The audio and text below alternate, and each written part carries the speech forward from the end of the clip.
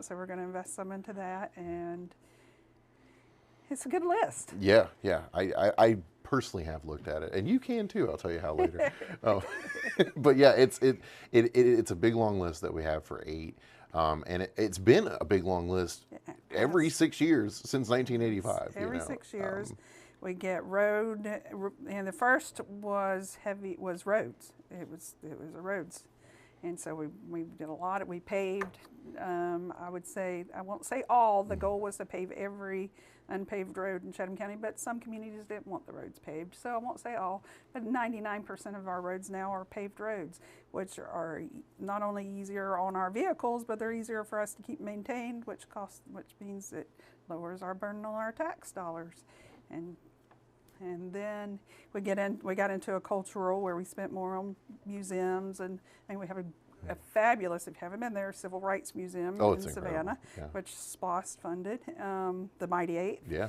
Awesome museum too. Very Awesome cool museum. museum, yes. Yeah, And it wouldn't be what it is today without SPOS dollars. right. We've actually are finishing up now a big renovation that's paid SPOS dollars. Oh yeah, that's right. They're expanding the museum space. If you hadn't Yes, heard already. that's right. So we get all these. I mean, you mentioned Memorial Stadium was one. Yep. We got a whole new stadium with That's our SPOS nice. dollars, That's and it really is nice. super nice. That's really nice. Yeah. All the Jennifer Ross soccer field, that whole complex. And the thing about that, like, yes, it is a stadium, and yes, it has all the uses that a stadium is. I went to onboarding there, Oh, yeah. and like when Helene came through, we were all out there. Was it Helene? Yeah, it was Helene. There were 3 last year. Sorry, Yeah, they, yeah, yeah. started Where we running did together. the distribution Yeah, of we had the ice ice and distribution. There were people like coming all around, and there's not a lot of facilities around that can do that. Scottsdale Park too. That was the other place for the ice distribution. And like, I don't know, these are, really try to hammer this home because it's like, you only pay for this when you buy things, and like, yeah, you're buying stuff because you live here, but also other people.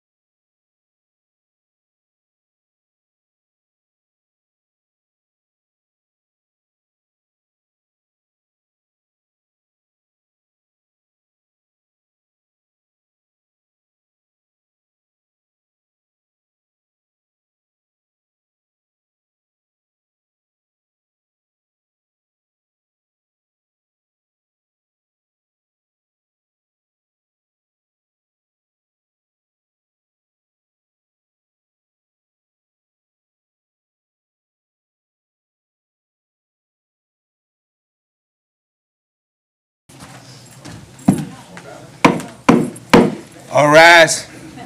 Oh yea, oh yea, oh yea. Silence is commanded by this honorable commission. All those having business, draw near.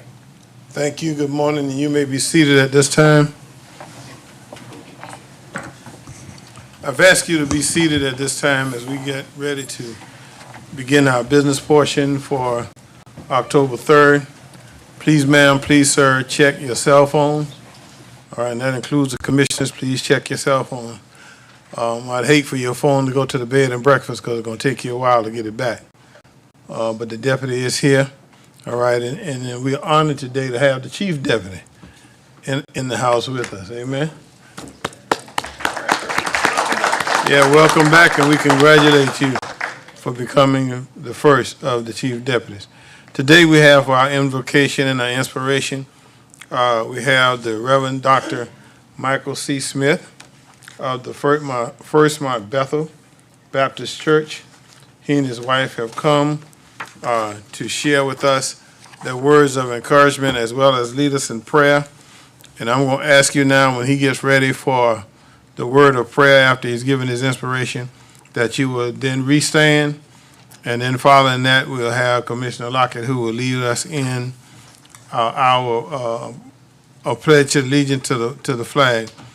Reverend Smith is a native of Pensacola, Florida, and a proud graduate of Alabama State University, where he earned his Bachelor of Science degree in education with a minor in psychology. Furthering his theological education at West Florida Baptist Institute in Pensacola and later Jacksonville Baptist Theological Seminary, where he earned both a master's and a doctor's degree in theology studies.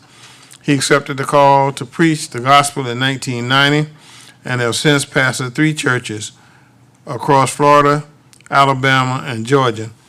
And since 2016 has faithfully pastored First Mont Bethel Baptist Church. He is here with his wife today, and I invite him to come to the podium as the words of yours, and just let us know when you're ready for prayer so that we can restand. Pastor Smith, I'm glad to have you here. Thank you. Good morning. Good morning. Chairman Ellis, Chairman Lockett, and to all of you that make the commission what it is today. So we thank God for you, and thank you for inviting us this morning. Our inspirational message this morning, we wanted to just give you the thoughts of it's a good time to trust God. I want to put that in your thoughts this morning. It's a good time to trust God. My wife and I and members of our church were in Statesboro on last evening for the closing night of a revival. And in closing, my last words to them were that a Baptist preacher would be bringing an inspirational message this morning at our commission meeting. That coming after every preacher's hype moment, because when we're preaching, we have a hype moment. And that hype moment of he died, speaking of Jesus, I call it the hype moment because that's when the umbrella closes and the Spirit of the Lord rains down within the service and gives us the feeling of his presence. And of all of my years of preaching and pastoring, not too many people misses the hype moment. It's that moment whereby not only does most of the attendees feel his presence, but most also become submissive to the will of God. This morning I want to bring a word of challenge to our governmental leadership. This morning I'd like to not only challenge but encourage you to know that just as you have made wise decisions throughout your term in office, to hold to that way of doing what you're doing. For Solomon says in our scripture this morning that wise decisions is what equates to one's wisdom. Solomon says in Proverbs 1 and 3 that to know wisdom and instruction brings on a better understanding. As in chapter 2, he lets us know that those decisions of wisdom from which you have already made were not of knowledge alone, but that the wisdom that your wise decisions were given to you by God. And so wisdom, to use it, it must be from God. Now, I don't have before me one job description of either of your responsibilities. I don't have one job description. I don't know what all your jobs require. I don't know what responsibilities you have. I don't have one bio of either of your backgrounds from whence you've come from. I don't know what school you may have brought up in. I don't know if you are locally a Bulldog, a Wolverine, an Atom Smasher, a Warrior. I don't know of any of your schools in Chatham County. But what I do know is that Chatham County is depending on you in this most critical time of not only this county, this state, this country, and even some of us can say even the world, because we're depending on you right there in this Baptist church. We're depending on you. We're depending on you. We're depending on you. And so I'd ask for a witness here, but all of us could witness to the fact that every decision that you make must be used with wisdom. But that's not the case this morning. And so let me encourage you devotionally. Solomon says in Proverbs 3, Solomon says this. He says, to trust in the Lord with all thine heart and lean not unto thine own understanding. He puts a period there. And that period is a pause to make that one verse as relevant as it should be. Trust in the Lord with all thine heart, and lean not unto thine own understanding. Could it be that he ends that verse there because he realizes that our understanding sometimes comes with flaws? Could it be our understanding has history that makes us not as impartial as we should be? And if so, I challenge you, the listener, to search our hearts. Search deep, deep, deep, and even deeper within your heart. And trust God with everything that is within you.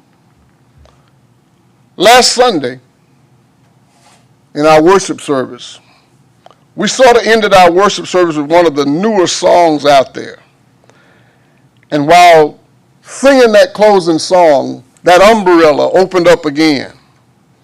The song says this, I trust in God, my Savior, the one who will never fail. And in that one verse it says, perfect submission. All is at rest. I know the author of tomorrow has ordered my steps. And then he says, so this is my story. This is my song. I'm praising my King, my risen King and Savior, all the day long. I trust in God. And he ends that song with, I sought the Lord, and he heard, and he answered. And then he says, and that's why I trust him. My closing thought to you this morning is that as you serve as commissioning leaders, that you continue to trust in God, because God will never, ever, ever, never fail you. And so this morning I want to make a challenge to you and also encourage you to know that this is a good time to trust God. Amen. Let us stand for prayer, please.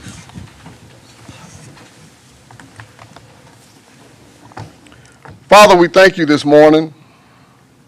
We thank you for life. We thank you for health. We thank you for strength. We thank you, Lord, for all that you do for us, all that you've done for us, and all that you're going to do. Oh God, we thank you right now for these that thou hast placed in leadership over our county. We ask you, dear Lord, to continue to watch over them. Continue to help them, Lord, to make wise decisions. Continue to give them understanding, Lord, that's uncomparable. Give them understanding, Lord, of those needs that are needed for this community, for this county, that they may flourish over into the world, Lord. We thank you, God. Thank you for what you're doing right now.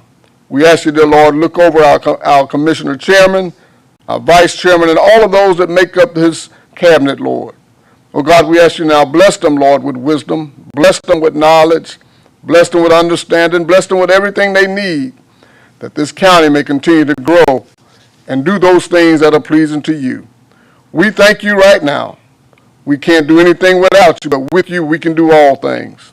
And so, God, we ask right now, Lord, as they continue to go into their meeting, we ask you to open their minds, open hearts, open them that they may be able to have legitimate discussions to make sound decisions for those things that are needed in this area. We love you today. We praise your holy name. In Jesus' name we pray. Amen. Amen. Commissioner Lockett. I pledge allegiance to the flag of the United States of America and to the republic for which it stands, one nation, under God, indivisible, with liberty and justice for all. Thank you. You all may be seated. To Pastor Smith and Sister Smith, we thank you for coming today and for bringing us your words of encouragement, letting us know that we always ought to be looking to the hills, because that's where our help comes from. And we thank you that you've taken time out. We cannot pay you, but we do offer our certificate of appreciation, letting you know how much, and we look forward to dealing with you even more. God bless you and have a great day. All right. Roll call. Chester A. Ellis, Chairman. Present. Bobby Lockett, District 3, Vice Chairman. Present. Melinda Scott Hodge, District 2, Chairman Pro Tem. Present. Anthony Wayne Noah, District 1. Here. Patrick K. Farrell, District 4. Here.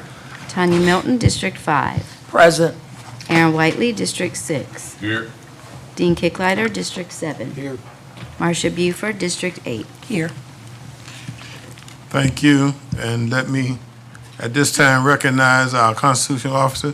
We have our clerk of Superior Court with us, Ms. Mosley. All right, and we also have, again, our chief deputy here with us today. All right? We want to thank you all for being here. Let us now go to Commissioner Milton, who shall introduce our youth commissioners.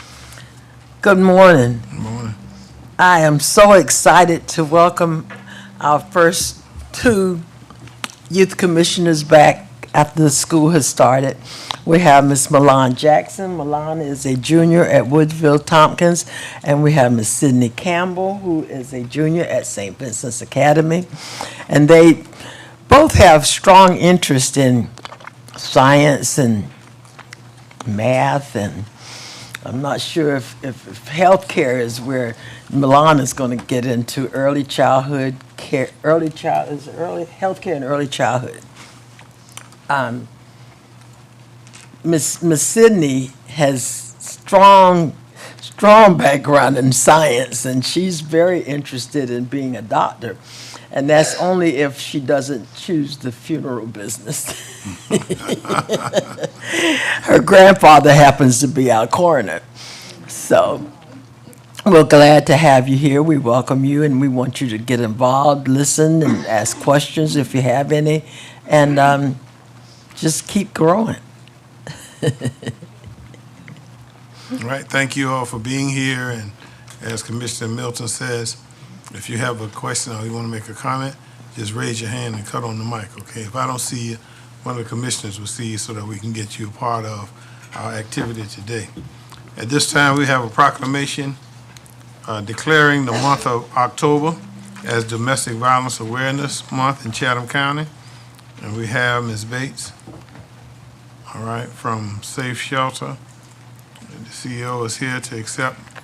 I'm sorry. Are you coming to her place? I've come in her place. Okay. I apologize for that, or she apologizes for that.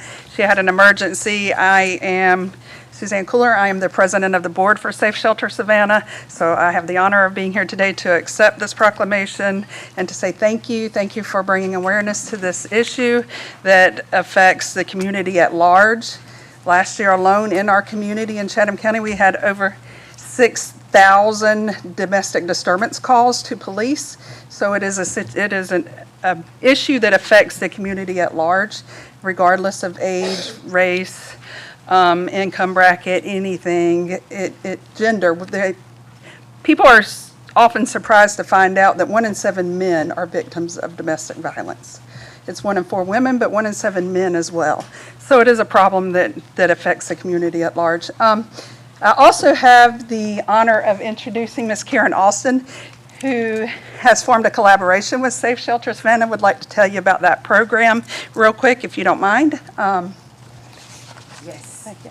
Good morning, good morning. I am Dr. Karen Denise Austin. I am the CEO and founder of For the Jewel in You. We not only just serve victims of domestic violence and trauma and sexual assault, but we also provide them the education so that they understand the trauma that they have been through so that they alone can stop and break the cycle within their own areas, within their own families. We're excited to continue our partnership with the Safe Shelter here. We just this month, October the 18th, will be our first combination of the Shield. The Shield is survivors encouraging each other to live and dream again. This collaboration is a 12-week program where they come together around the table in a safe environment so they can be able to discuss the things that have happened to them, for them, and how to encourage one another. We're excited because this program is also along with the Savannah Police Department to ensure that our victims, our survivors, are kept in a safe place where they come together and learn. Why is this important? It is important because every time another person, another male or female, is killed through domestic violence, everybody begins to get quiet or they get angry and doesn't know how to control their feelings and their emotions. And it is important for us to help them in this place that they begin to understand the laws that are behind domestic violence, and so that they come together and become healed advocates and ambassadors so that their voice can rise together, because working together does work. And so our first part of this is October the 18th. We are definitely under the Georgia Coalition Against Domestic Violence, and our program is entitled The Power to Change. So we thank you. We ask for your support. We're opening it. It is to the public. So these are individuals that may not ever go to the Safe Shelter. They might not ever go and say, I need to be in a safe place, such as the shelter. So it is open to the general public. And it is and we can say today that we only have 4 seats left because the community has came out and said yes, they want the education, they want to make a change, they want the numbers for Savannah to come down so that we're not among the 15 in the United States for domestic violence in our area. Thank you. All right. Having said that, and you've given us all the information, just let me read into the records. Now, therefore, I, Chester Ellis, Chairman, on behalf of the Chatham County Board of Commissioners, do hereby proclaim October 2025 as Domestic Violence Awareness Month in Chatham County, and call upon all citizens to provide support to survivors and express gratitude to those who work diligently on prevention, responsibility, and educational efforts. In witness whereof, I hereto set my hands and cause the seal of Chatham County, Georgia, to be affixed this 3rd day of October 2025. Thank you, and if you would turn around and face that clock. All right.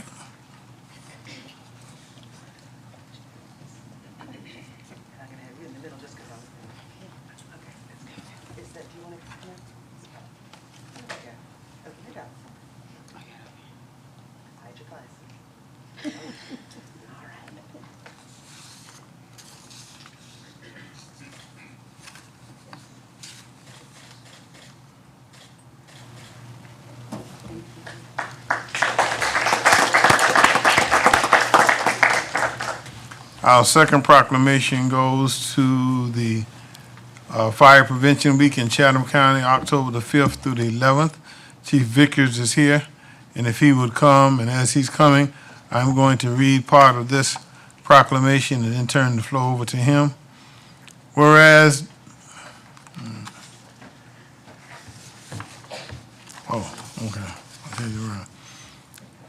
whereas to raise awareness of the horror of preventable fires and bringing fires safe to the forefront of public consciousness, the first presidential proclamation of Fire Prevention Week was established by the 30th United States President Calvin Coolidge in 1925.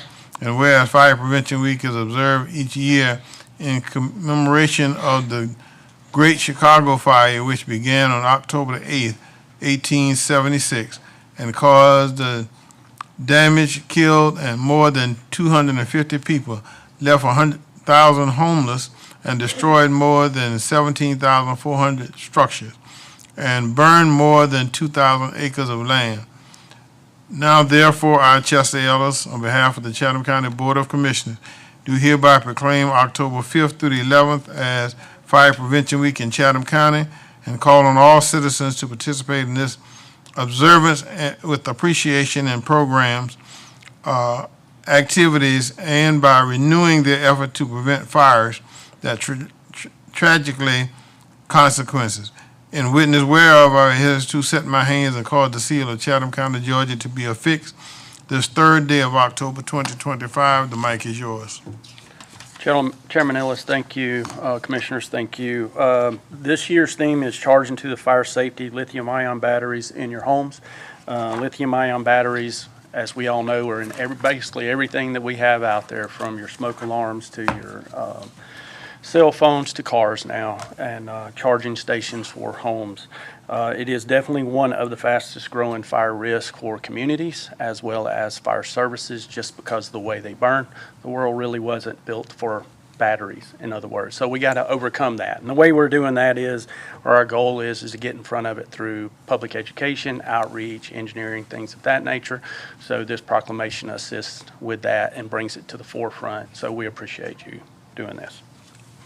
Well, thank you all for the job that you do for keeping us safe. Now, if you all just turn right around and face the clock and hold the proclamation up.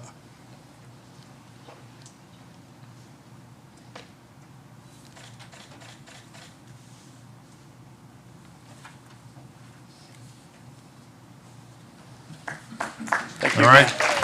Again, we say thank you. There are no chairman items, no commission items, no table items. We come to items for individual action. Our first is a group of appointments that the board will be making. A is appoint Josh Zugish to the Live Oak Public Library. Is there a motion? There's a second. Second. Properly motion and second that Mr. Zuglish be appointed to the Live Oak Public Library. Ready for the question? Please cast your votes. All right. Appoint Kia Walker to the Department of Family and Children's Services. Is there a motion? Second. Properly motion and second that Ms. Walker be appointed to the Department of Family and Children's Services. Are you ready for the question? Please cast your votes. Okay. C, reappoint Don Waters to the Chatham County Hospital Authority. Is there a motion? So Motion. moved. Is there a second? Second. Properly motion and second that Mr. Waters be appointed to the Hospital Authority. Ready for the question? Please cast your votes.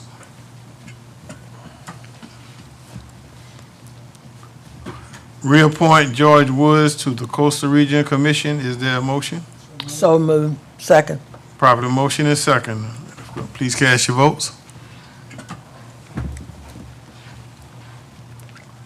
Reappoint Tania Myers to the Coastal Regional Commission. Second. Properly motion and second. Please cast your votes.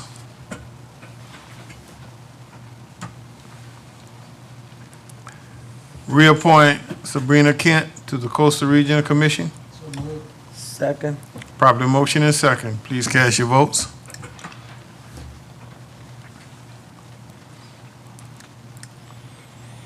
Reappoint James Corsi to the Chatham County Zoning Board of Appeals. So moved. Second. Properly motion and second that Mr. Corsi be appointed. Are you ready for the question? Please cast your votes.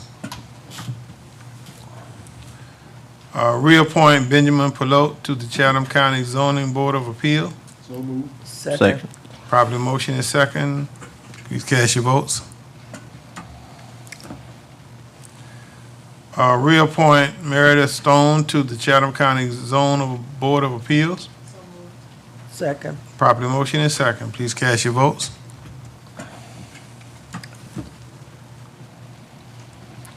Reappoint Kawana Drayton to the Chatham County Zone Board of Appeals. Is there a motion? Second. Properly motion and second. Please cast your votes. Reappoint Robert Vanguard to the Chatham County Zone Board of Appeals. So Motion. moved. Properly motion and second. Please cast your votes. All right. To request budget approval of the following budget amendments and transfer. One, in the confiscated access fund, appropriate fund balance $262,000 to increase the CTF fund federal operating budget. Two, in the solid waste fund, transfer $48,588 from M&O drop-off vehicles account to transfer out to the water and sewer fund. Three, in the water and sewer fund, increase transfers in from the solid waste fund of $48,588 to increase the water and sewage vehicle account. Is there a motion? Also move. Properly motion is second that the request be approved. Are you ready for the question? Conversation. All right. One unreadiness, Commissioner Thank you. Kick letter. Kicklighter. Just for the record, we charge a rate to the unincorporated area residents to go into the solid waste fund.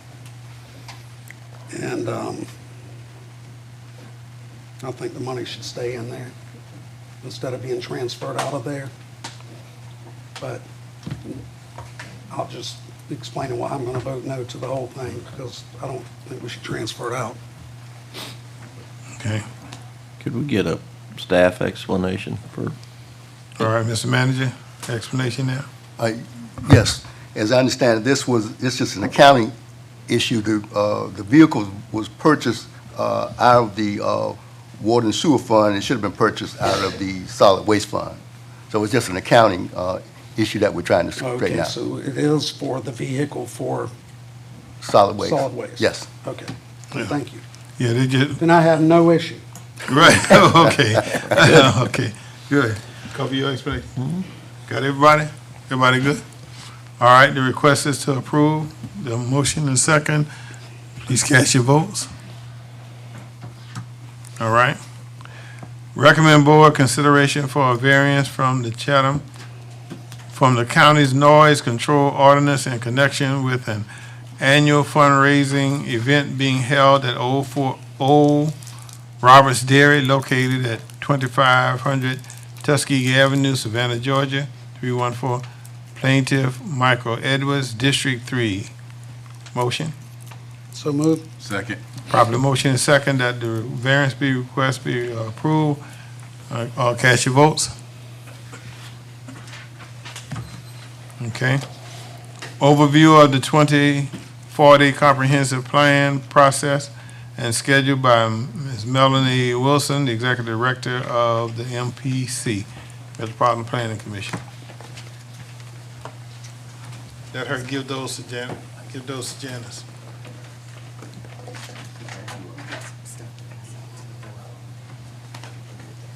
She needs to plug something in. Yeah. Didn't I see Robert in here? Come plug the disk drive in.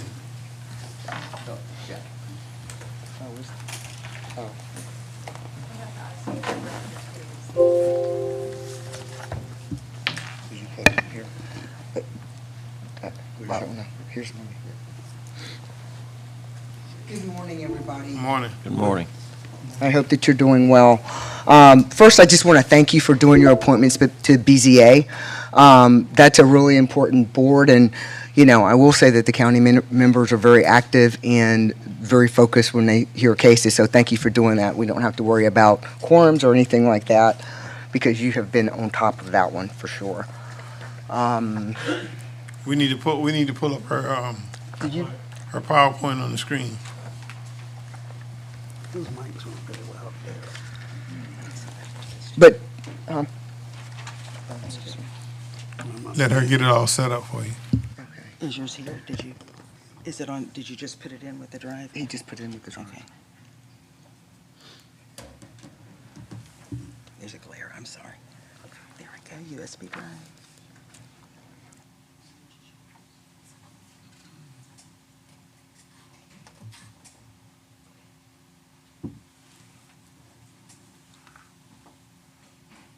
Alrighty, you can click and go. Okay, is it there? So they can see it. So All right, and the clicker is working? And so you can just click and go, okay? Okay, awesome, awesome.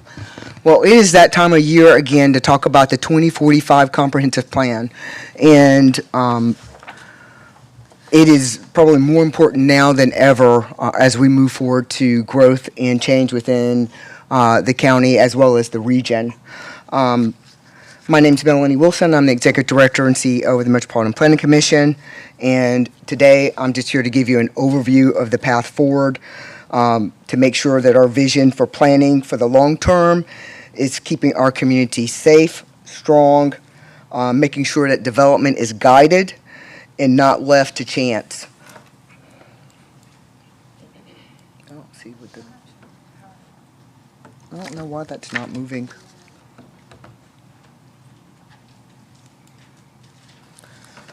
That's interesting. See, it's still not connected right. It's not still connected to the right screen. Yeah, I know, but she I'm manually changed it good. I rather just than think clicking that it. the question becomes what's, is that okay?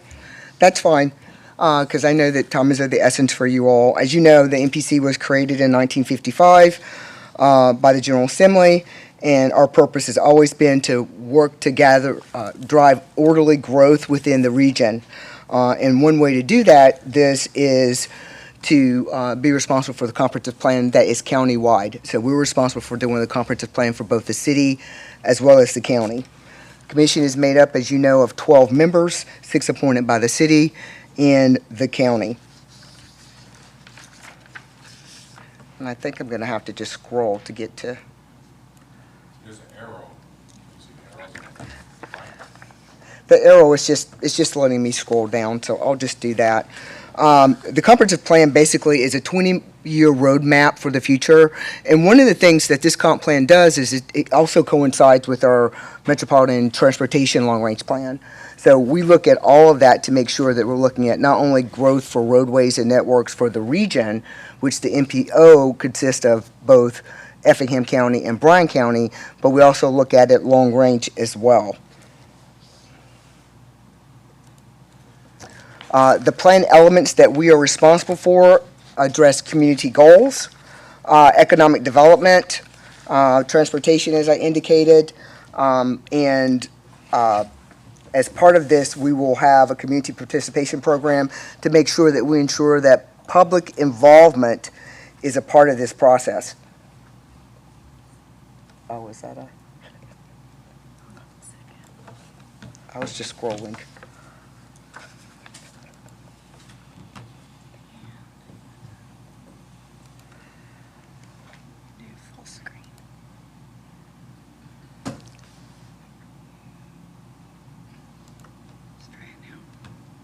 So does that work with the scrolling side? I don't have a problem with. Okay. Do you want to put this up here? That's fine. One of the things you learn for being a planner is how to pivot. So as we move forward with doing this, again, one of the things that we hope to do as part of our comprehensive planning process this time around is spend a lot more time on land use. When we did the last plan, it was in the middle of COVID. So we took a little bit different approach to how we moved forward with that plan and did not get an opportunity to spend a lot of time on land use. But by doing that, this time around, we'll be able to focus on some of the growth areas and priority areas that you have seen before you as we have dealt with zoning cases as well as other cases that involved infrastructure, which is transportation and other access. So those are some of the things that we'll have enough time to focus a little bit more on this time around. As part of that, we will deal with goals and strategies, which are going to be overarching. There will be statements that will basically determine what we will do to move forward. And I know that some of you are probably sitting there thinking, well, how is this different than the other document that is out there that they're looking to move forward with CETA? One of the ways that this is very different than what they do is they're going to take our planning documents. They're going to also look at the other jurisdictions' planning documents. They'll look at the implementation component of it to see how to pay for it. We don't talk about how to pay for stuff. So therefore, it becomes a little bit different with regards to implementation. They will look at that because they're going to look at all of the jurisdictions, and the people that have made a dedication of funds have agreed that they're going to participate in that part of this process. So I wanted to kind of clarify the difference. We will work with them as they are moving forward with their document because they'll look at our document, but wanted to make sure that we talk about how that works. The comprehensive plan process. Right now, we are scheduled to have an internal draft of, excuse me? Mr. Chairman, quick question. When you were saying the other document, whose document were you speaking of?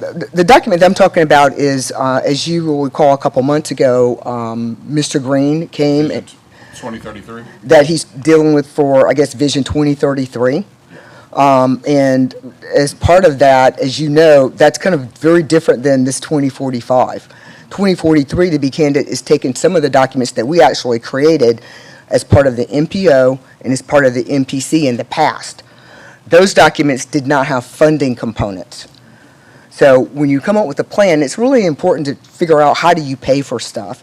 If you can get a group of business people in the community, as well as some of the jurisdictions, to make a commitment to either cooperate, to partner, to get some of these projects done, then you're at least more likely to see some implementation of some of these recommendations and strategies that the community want to see. But 2033, Vision 2033 basically has taken, I think, 4 of the MPC and MPO planning documents in the past that we created, and it will be part of how they pull all of that information together to create one document. Yeah. Thank you. Thank you, Mr. Chairman. So is the comp plan only for unincorporated Chatham County and City of Savannah, or is it the entire county? No, the comp plan, the way that the comp plan is created is we basically talk with people that live in Chatham County, incorporated and unincorporated areas of Chatham County. We focus on the unincorporated areas because that's something that's really important to us, but we're also working on doing the comp plan for Garden City. That's going to give us even more information at a level of detail with putting this document together. But when we gather information, we'll start going out in the next 2 weeks to community festivals, the park. We ask people where they live, we get their zip code, we get all kinds of information that we can get from them. We geocode that information so that when we're doing our analysis, we know where we're getting feedback from, and we're better able to make some assessments from that. This document goes through a process. We start out by having a survey, which we've got a draft and it'll be ready to go, that is online. And we will have pop-ups and other opportunities for people to participate in filling that survey out. Once we close that up, we'll start working on writing the draft, and it's a rough draft. Some of the elements in the document, we have no choice. The document is very prescriptive by DCA. You have to have a comp plan update or you will not get funds. That's just the bottom line. So this is important because it's also tied to getting funds for whether it's CDBG or whether it's any type of funds that you want to get from the state. So that's why the elements that you saw that I mentioned, natural resources, transportation, housing, community development, we added quality of life because we have found from talking to the people in the community in the past that that's really important to the residents of Chatham County. They care about quality of life. So we will have the opportunity to look at that a little bit more and have a robust section on that.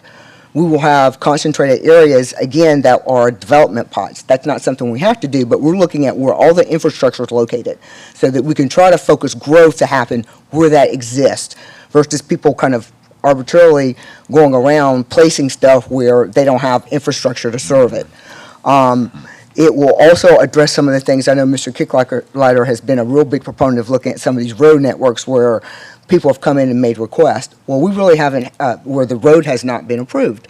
Well, we just finished the 2055 long-range transportation plan, so we will now have that to marry with this to look at some of those road improvements. And we can use both of those documents to say yes or no when they come in, or to give the developer an option to figure out how they're going to compensate to deal with those improvements that are needed to service their development standards. So that's why the comp plan is important. It gives you an opportunity to have something that has a little bit more teeth in it, which is what I'm hoping to do by continuing moving forward this method of looking at short-range and long-range development kind of pods or nodes and coming up with performance standards of what they should look like.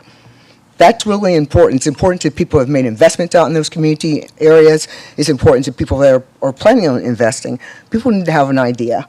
The other thing that we will do is look at where we've already approved apartments, hotels, you name it, countywide, and have an idea about what it is that we're dealing with. So if someone says we need warehouses here, fine, but we will have a point that says you've already got 200,000 square feet of warehouse, or you've got 1 million square feet of warehousing that's not been built yet, that's on the books. Doesn't mean we're going to stop it, but it means you will now have that knowledge about what is out there, and it will help you better able to make decisions with regards to requests that you have coming forward. So we will be able to get a little bit more into the weeds with looking at some of those things. But the process, again, we will have an internal with staff draft by the end of January. February, we're going to start sending it out. And this is a partnership document. We'll work with Chatham County staff, because the other part of this that's really important is the service delivery strategy. And I know that Jackie is working on that, and she's working with our team on putting that together, because that is probably one of the most important elements of the document, is to see how do we partner with regards to providing services to those outlying areas. And as fast as some of the annexations have been taking place, some of those folks don't have their systems, and I know I hit a button I shouldn't have hit. Some of those folks don't have those systems in place. So we'll deal with making sure that those agreements are current. We'll look at what it is that they have said that they want to do to provide those services, and that is kind of part of this process. We'll have hopefully a draft in May, and when it says final draft, it's just a final draft to kind of submit to the CRC, because the Coastal Regional Commission has to look at it, give us feedback. We'll go back out to the community, and we're hoping to go to and partner you all with your city counterparts so that we can leverage the public meetings and people in the community to get feedback. So we'll get feedback on the first part before we start doing the writing. We'll deal with a draft. We'll have the draft out for the public to give us feedback on. We'll go back out and capture information. Then we'll submit it, as I said, to the CRC, and by that time, we have to have the service delivery strategy be a part of that. So that is scheduled to have all of that done by July 1. We are hoping to incorporate whatever comments we get from CRC in August of August, by the end of August, and hopefully we'll get the final approvals from both you and the city regarding this document so that we can submit it to DCA for their final blessing on this. So it's very prescriptive from the standpoint of time frame and schedule, but it is something that we will have to do. All right, And again, Commissioner Kicklighter, Scott. Yes, sir. Thank you. Two quick questions. Who funded the Vision 2033 plan? That's us in the private sector. The city, the county, and the The private. city and County, the county and private? yes. Okay, Right. what are private? Excuse me? Who was the private funding from? Well, the Vision 3033, if you think about it, it really is more of a short-term, a short-range No, who- planning document. who But the funded- funders, who was the I'm private? sorry. Okay, the private funders was like Gulfstream, CETA, CETA, Who else? It was Airport Commission. Airport Commission. There were several private entities that provided additional funds that, MPC is not set up to Right. get private funds like that, but they can. So CETA is, this project is going to be housed in CETA, but we will have a seat at the table as we're moving forward to that, because they have to use a lot of our documents and a lot of our information. So this particular 2045 plan will be, while you're developing, will be housed in? This is the MPC. No, this is different. This is the city and the county's I growth know what- planning. Okay, but that's what I was hoping. This It is not wouldn't going to be housed in Developed CETA. in CETA. That's- No, this is going to be housed, this is housed in the MPC and with each one of the jurisdictions, the city and the county. The 2033 or the Vision 33 document is going to be housed, to my understanding, at CETA. CETA will basically have this entity, which, again, has private funding. That's why they've got so much money to play with. If I had as much money as they had, it would be a whole different ballgame, but that's fine. They have the additional funds, and to me, that allows the folks that pay probably the largest number of taxes to basically talk about what they think is reasonable to fund. Because there were implementation strategies in everybody's planning documents. But it also gives CETA a heavy influence on what goes into the final plans. And, It does for. which might not necessarily marry well with the residential areas throughout the county. So, one other question. Okay. Are y'all going to receive long-range plans from the neighboring cities such as Pooler and Bloomingdale and Garden City and everybody, and somehow incorporate or at least take into account their long-range plans when we come forward with this plan 2045? Will that be a part of it? Or will it be taken, their long-range plans taken into consideration? Well, we look at everybody's stuff. I basically created the master plan for Bloomingdale at MPC. We did that for them. We did Pooler's comp plan the last cycle. They're going to do it in-house because they just have minimum updates. We'll look at those documents, but that's not the main purpose of this document. This document is to focus on the unincorporated Right. and the city of Savannah.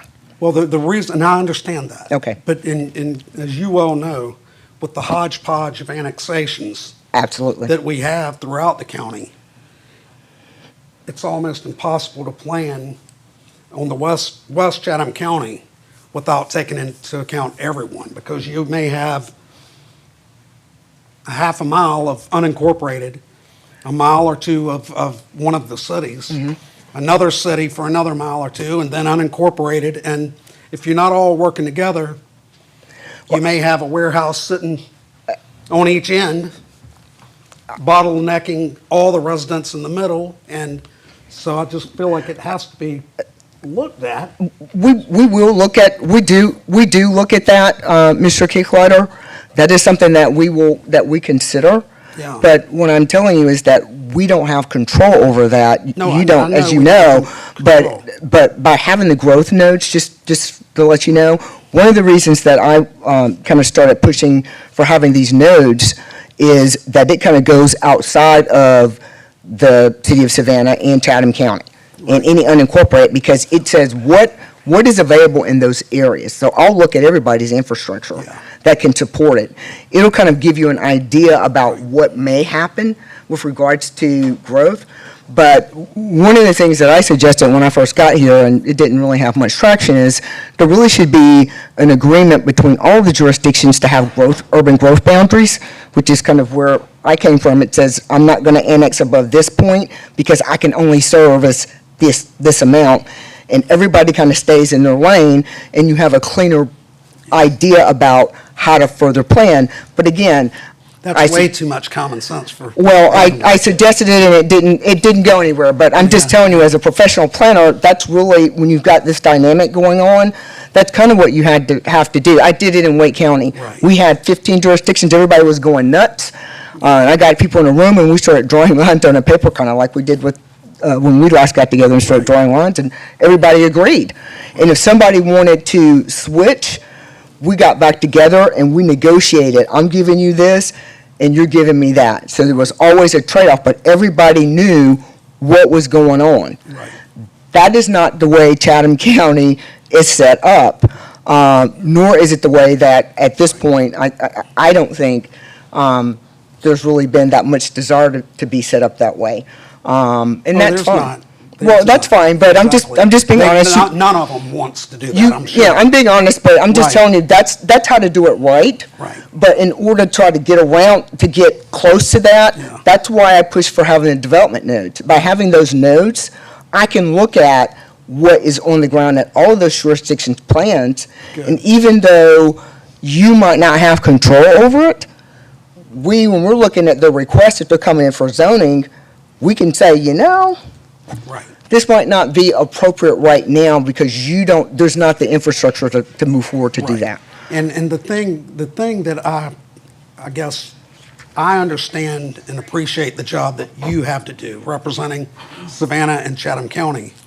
But we, on the other hand, we have to represent Everybody. Chatham County, the city of Savannah, the city of Pooler, we answer to all of them. So if any way to get the cities to definitely cooperate a little more, because we're going to be held, in other words, we'll be held responsible if logically for your job it makes sense to put a warehouse here, but it's up against Housing. constituents in a city that we represent, that takes away their quality of life, we're the ones held accountable. So we need it to mesh with the cities as well as the unincorporated areas. So And that's why when we go out to do our public meetings with the people in the community, we look at all of that. As I indicated, we're going to capture people's address and we'll geocode it. So we'll know where people live based on feedback that we get.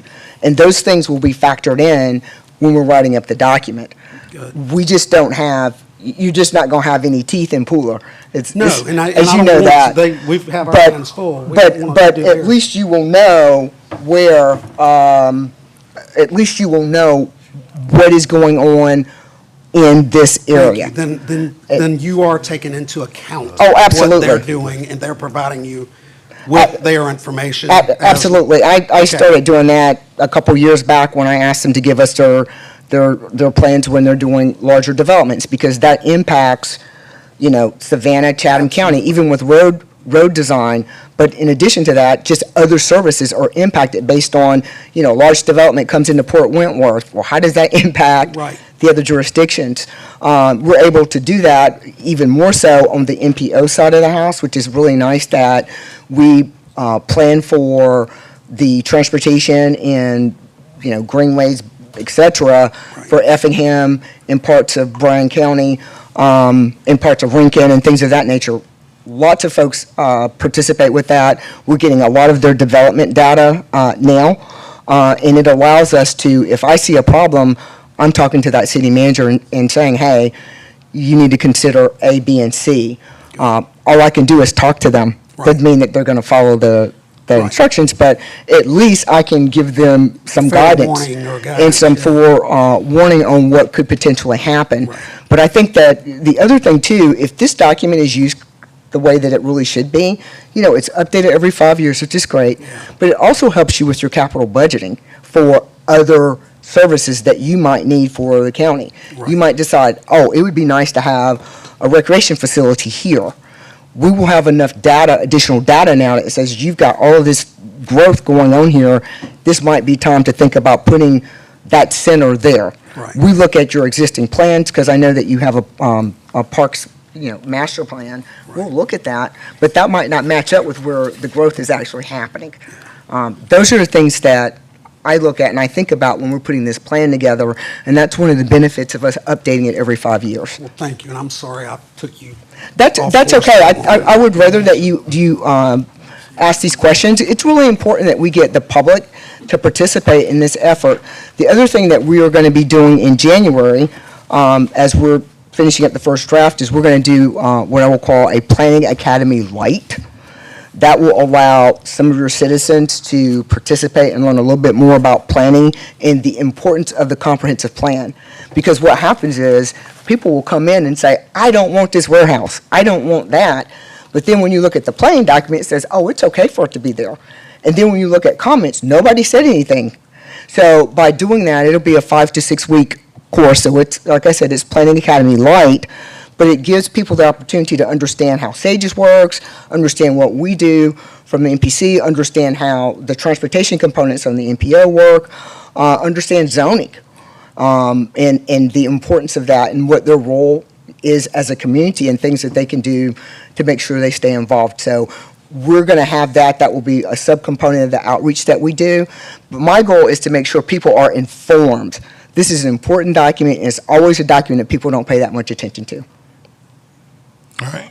Yes, sir. Thank you, Mr. Chairman. So just as a point of information, or more so a point of inquiry, Mr. Manager, the Vision 2033 plan, isn't that scheduled or set up to kind of take into account all of the cities within Chatham County to help us with long-range planning? Yes, sir. And one of the, I think the process that they're going to use is the city of Savannah has a plan, the airport has a plan, CETA has a plan, every community has a plan. And one of the things they want to do is take all those plans and kind of, melt them together. And then the other issue is under the Vision 2033 plan is they're going to have an arm which is going to implement some of those recommendations.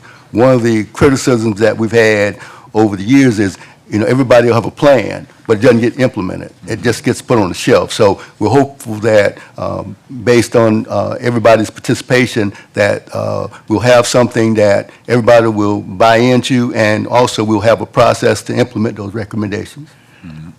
Thank you. And so I think that my answer Yeah. kind of. And that's why I indicated, and we felt very strongly and feel very passionate about the fact that MPC needs to be at that table, because we have the 2045 plan. If they're looking at 2033, there's multiple years out, and you always are having to look out further than 2033. I mean, that's not even 10 years. Planning Commission definitely needs to be at the table. So the Planning Commission needs to be at the table as we are dealing with looking at this process, and we've been very vocal about that, and we appreciate your support with regards to supporting our participation in that, because that is the only way that you're going to get some of the longer range planning things that you need. Otherwise, you'll end up with a document that stops at 2033 when you need to keep going to 2040, 2045, 2050. So would it be a safe assumption to say that the comp plan is more so not necessarily ministerial, but a formality to ensure that we're set up for funding, state and federal funding via DCA, whereas the Vision 2033 plan is going to be maybe a layer on top of that? I would say it's probably flipped. The comp planning process, as I explained to folks, is that we are the macro. You look at it from economics. We're the macro. We look at this high level of what is needed long range. The city of Savannah, if you look at their planning and their pieces, they do the micro. They're looking at the neighborhoods, the whole smaller components that's needed to implement. Sometimes they go into a lot of detail and they put funding to implement. Sometimes they don't. Same thing with Pooler and the other jurisdictions.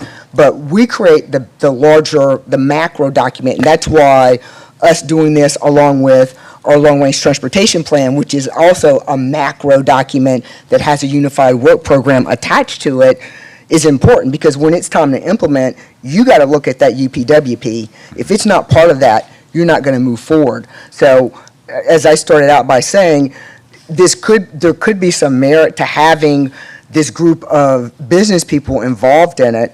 The trick is to make sure that it is not something that's just very developer heavy, and that everybody's that you're being very strategic about what gets implemented and what doesn't. Some things are just aspirational. I think we can all say that.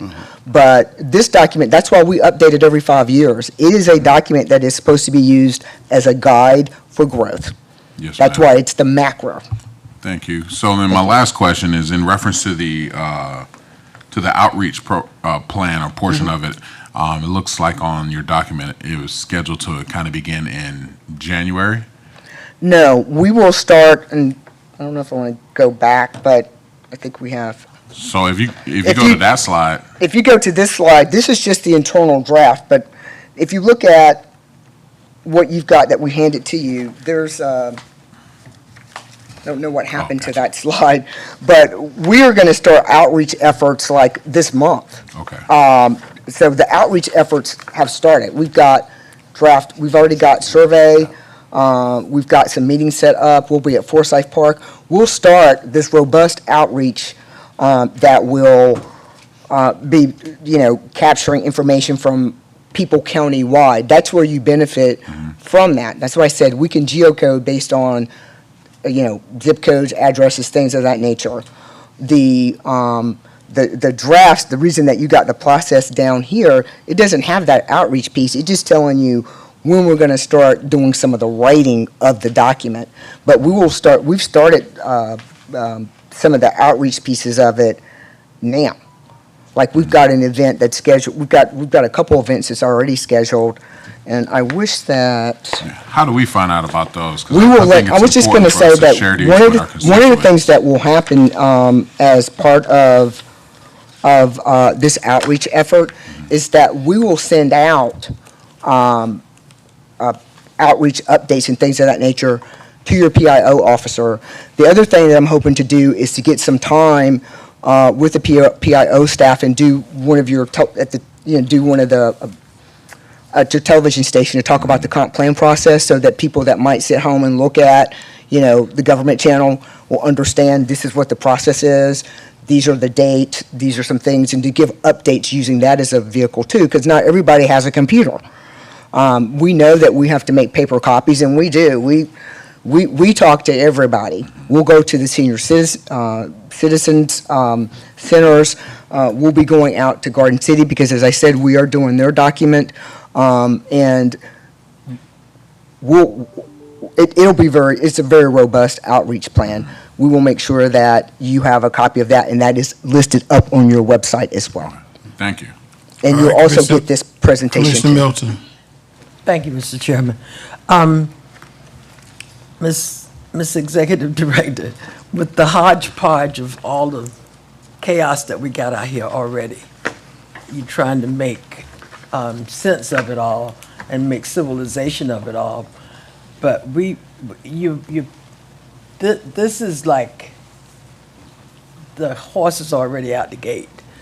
People are doing all kind of things in different areas already, and then because that got done, then they think that this ought to allow something else to get done. How do you corral all of that?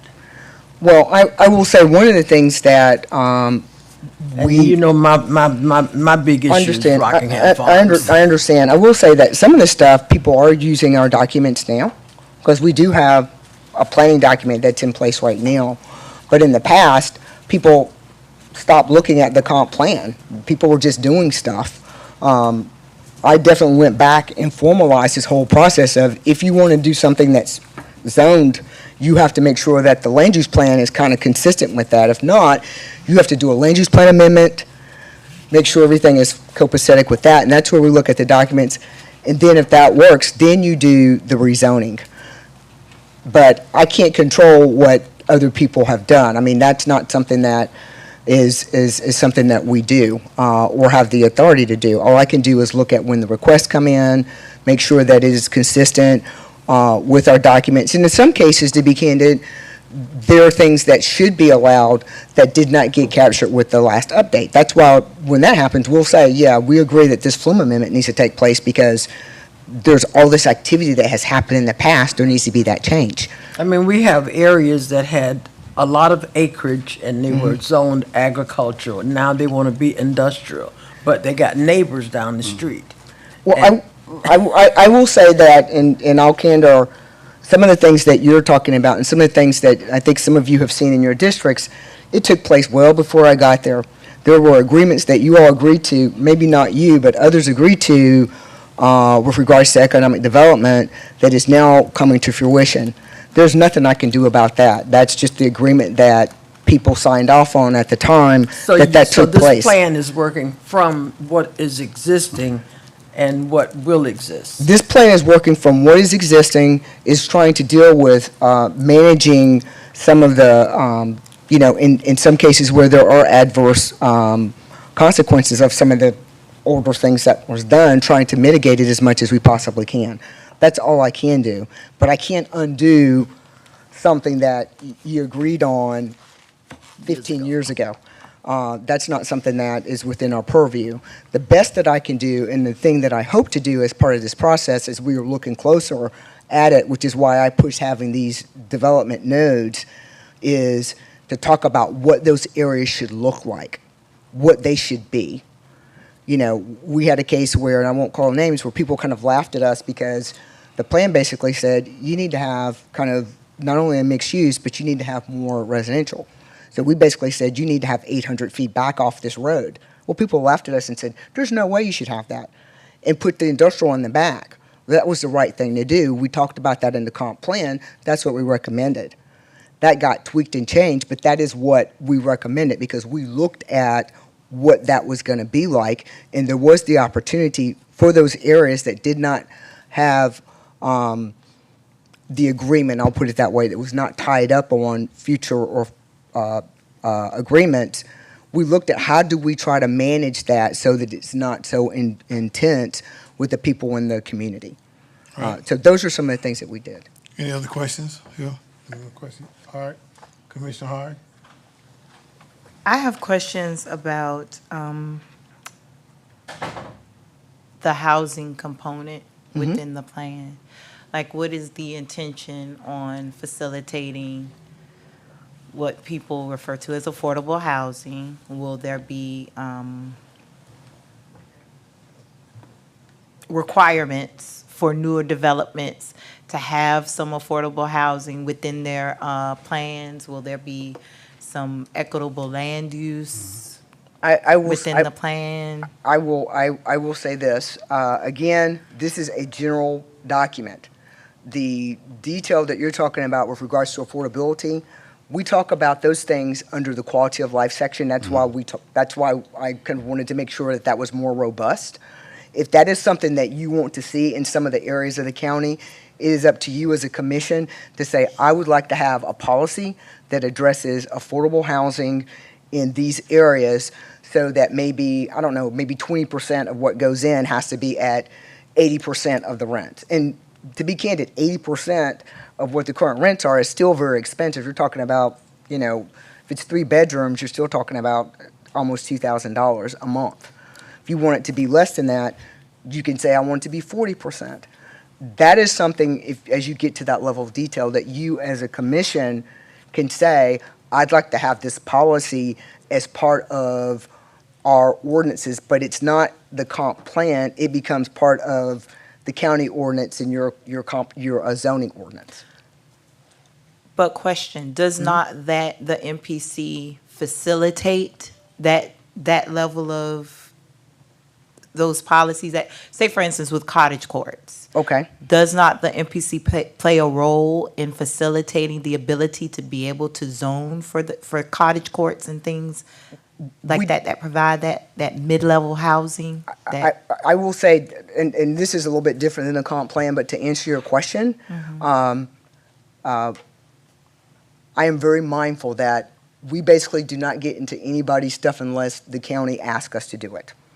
That's kind of the way that things worked. I think the last time I kind of looked into being a little bit innovative, it was something that wasn't necessarily the time, or it wasn't something that we were asked to do. So my posture has been, if that is something that you would like to see happen, you get with the city manager. We will have a conversation about what policies we can work on to help facilitate that discussion, and that's what we are there to do. But it's not something that MPC would initiate. You would have to tell us that you would like to see that happen. Thank you, Chairman. All right, anyone else? Thank you, ma'am. Thank you so much for letting me. All right. And I'm sorry about the technical difficulties. go to the action calendar. No one expressed any desire to remove anything. So may I have a motion to accept the action calendar in its entirety? So moved, Mr. Chairman. Can I just, for All right, reasons, hold on. okay, I got you. I thank got you, I'm- just I'm- for explanation. All right, so properly motion and second that we accept the action calendar in its entirety. Now, questions from Commissioner Noah. Yes, it's on item What number? 4. 4, okay. If we could just have staff or manager just briefly, this is like the early stages of this project concerning sidewalks on Johnny Mercer Boulevard, and if you could just give a Yeah, very high. yes, sir, Commissioner Noah. Thank you. As we indicated in the pre-meeting, this is applying for grant funds for those particular projects. Before we do anything, we'll have public meetings, we'll have a design done, and we'll solicit public input before this board. So the issue that you brought up concerning sidewalks and the like thereof, all those will be addressed once we get the plan back. So this is just applying for the grant. The match for the grant is in SPLOST 8, anticipated to be in SPLOST 8, so we're still a ways off. But we will take note of your concerns, and they will be addressed. Thank you, sir. All right, Commissioner Farrell. Yes, on the islands, they're extremely heavily residential. There's a lot of sidewalks on Whitmarsh and Tulahi and Wilmington that are not connected. There's a lot of places that are sidewalks, and then there's areas that are no sidewalks.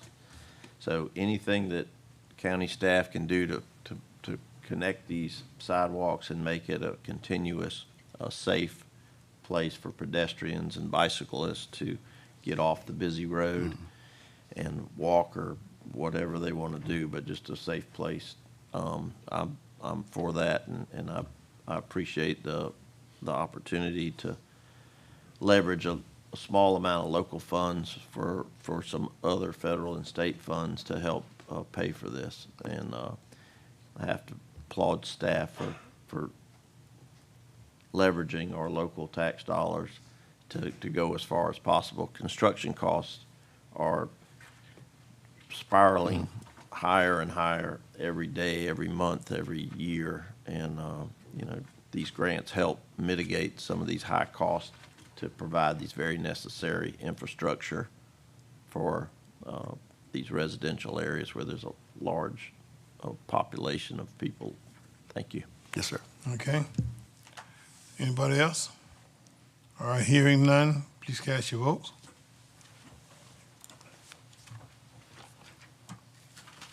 All right.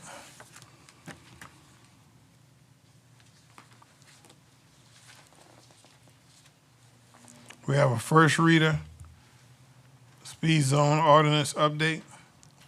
Request the board adopt revisions and approve the updated list of roads for Chatham County speed zone ordinance. That's in all districts, and we'll have the second reading and then have questions from them. All right? We have no second reader, so we'll come to you, Mr. Manager. Yes, sir, Mr. Chairman. A couple of things for the board. I want to first acknowledge an award that the commission received from the Summer Bonanza Partnership. They had a program recently to commemorate Constitution Day. And during that program, they presented an award to the Chatham County Board of Commissioners for their continued support of the Summer Bonanza Partnership. Some of you may be aware this partnership was established over almost 30 years ago with former Commissioner Dr. Priscilla D. Thomas. And the partnership has blossomed, it's expanded over the years, and this is a great program for youth during the summer. And we want to really thank the team that worked with Summer Bonanza on this effort. And this is a small token of their appreciation for the board working with them over the years. So we really appreciate that. And Commissioner Hodge. She attended on our behalf, and we want to thank her for doing that and bringing back the award. And this is something we're very proud of, and we'll display it where it can be promptly seen by the citizens of this community. Second on my list of updates, we're scheduling a legislative workshop on October 21st here in the commission chambers. We're going to start at 11:30. Lunch will be provided. At that time, we're going to go over our upcoming legislative priorities for the next year. I would ask that if you've got things that you want me to add to the list for your consideration, please send it to me. I know I've gotten a list of items from several commissioners. I think Commissioner Whiteley and a couple others have sent me a list, so we're going to talk about that and just what we can get done over the next year. I know Commissioner Kicklighter at the last meeting, he had asked for a list of things that we worked on over the last 4 years. I sent that to y'all, and you'll have it for your reference. So good things hopefully will be coming to this commission, so I'd hope to see each and every one of you on the 21st at 11:30. Also, the Parks and Recreation Department is scheduling a fall festival at Stale Park on October 18th from 10 to 2. During that fall festival, they'll have hay rides and vendors and food trucks and those kind of things out there at Stale Park. A couple things that we want to bring your attention to during that fall festival is we want to do a ribbon cutting on our new airnasium. I think that was Commissioner Whiteley's, that was your brain trust, and I think that if this works well here, we can replicate that in other parts of the county. So stay tuned, and we look to see you out there so we can cut the ribbon on the airnasium. We also got a new mobile command center that the police department is operating. Chief Hadley and the team, they want y'all to go through that and look at it, and we have a significant investment in that mobile command center. It'll be used primarily by the county police department, but we're also making it available for other police departments in the area, some of the smaller municipalities that don't have the resources to have something like this. So I think that's a good investment of our county dollars. The last thing that I have, and I'm going to ask Ms. Sawyer and Ms. Nelson to come to the podium. For those of you who have your edition of the Georgia Trend, the latest Georgia Trend, they do this on an annual basis. They 40 under 40, and we have two extraordinary members of Team Chatham recognized this year. These young ladies, they do an extraordinary job for the citizens of this county, and I really want to recognize them and give them an applause on the good work that they do.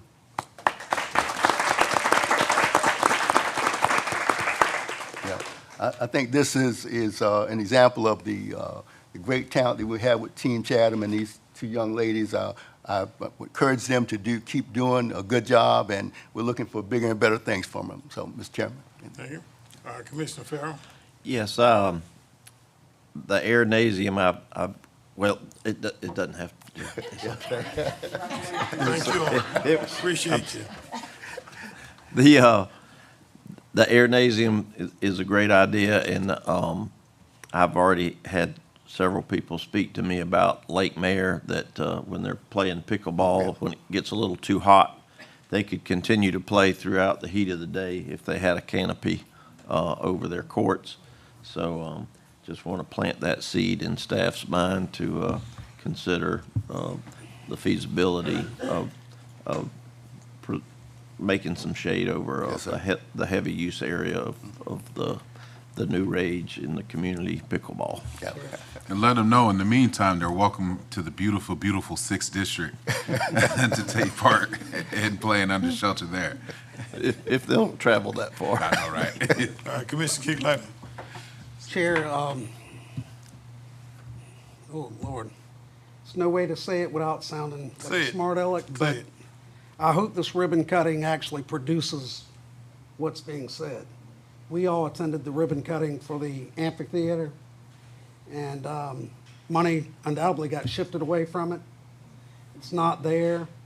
And the grant that they were going after to get it was not obtained, and we still don't have the amphitheater that we were supposed to have, that we cut the ribbon on quite a while back out at Triplet Park. And before we go It's coming. covering other ones and building many more things, we need to do we need to do something we said we were going to do.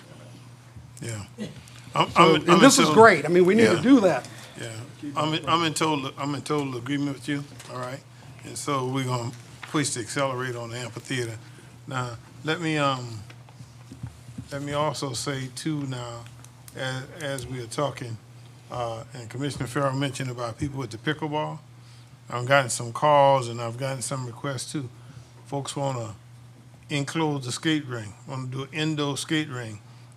But that's one of the things we can look at, the same type as we're doing for the basketball Build that court. amphitheater big enough and they Right. can skate under it. Exactly. But I just wanted to know that's on the table too, all right? Yeah. Exactly. Yeah, exactly. Absolutely. So we'll be coming back with you shortly with that. There is a need for us to have executive session, and the executive session will only be about litigation, all right? Only litigation. Motion? Properly motion is second that we recess to executive session, ready for the question. Please cast your votes before you move. All right? Yes, ma'am. Hold on just a minute. Yes, ma'am, I'm sorry. Just a quick question. I was looking over the action calendar and I just wanted to know what an IGA was. It's on? Yeah. All right, you looking over the The action calendar. Okay. And at number 8, I just wanted to know what an IGA was and how does it, IGA is intergovernmental agreement. and how does it help the fire department provide the medical support? All right, what that does is that gives us access to other municipalities, all right? So that in case our fire department has to assist, all right? Like, for instance, there was someplace the other day when who was that having a fire? Pooler? Wasn't it? Huh? It was Savannah? All right, City of Savannah, but they needed our assistance. That's what the IGA gives us. It gives them the ability to work outside of their jurisdiction to help each other, all right? That's what the IGA is. Yes, ma'am. Okay, and I was confused on like what it means to write off unpaid property taxes, and like does the county loses money in that? Yeah, well, the tax commissioner have been trying to collect those taxes, have not been able to do it. So we give her permission to write it off because nobody's paying the taxes, and it might be that people who own it's not here, or that they'll pass away. Yeah, they're bankrupt or something, and they can't afford the taxes. So rather than just having it sitting someplace on the books, which means the book's not going to balance, the county writes them off, and then later on she may come and put it up for auction or something and sell it on the courthouse In step. that particular case, the person that owned the property didn't get the exemptions that they were Right. supposed to be getting. Got you. So basically, they wrote it off because of that and didn't charge it. Thank you. Right. All right, did I get all? All right, we recess.